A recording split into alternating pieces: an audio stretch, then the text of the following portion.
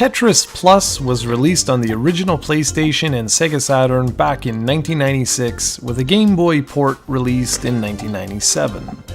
As per usual, we're going to take a look at the SEGA Saturn release.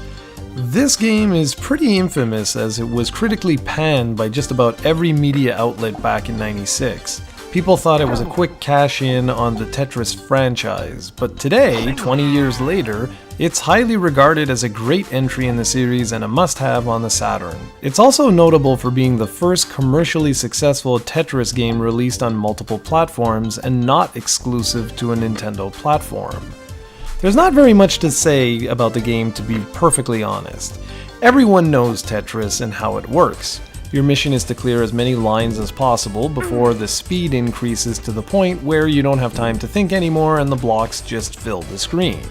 There are several different shapes of blocks and you need to arrange them in such a way as to clear a single row, double, triple, or a Tetris, which is granted for clearing 4 rows at the same time.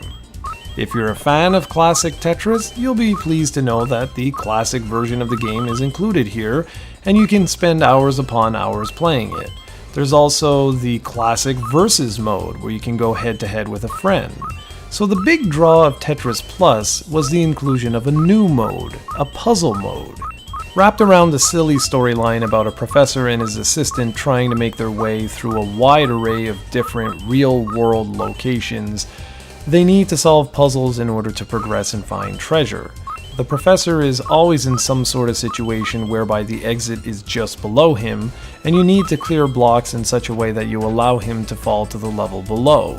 If you place blocks incorrectly though, he will begin to climb those blocks, and at the top of the stage is a giant beam with spikes.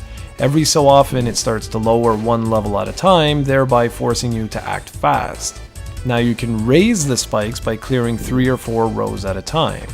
There are 100 puzzles to solve in puzzle mode, and you can even create your own puzzles, which is really nice.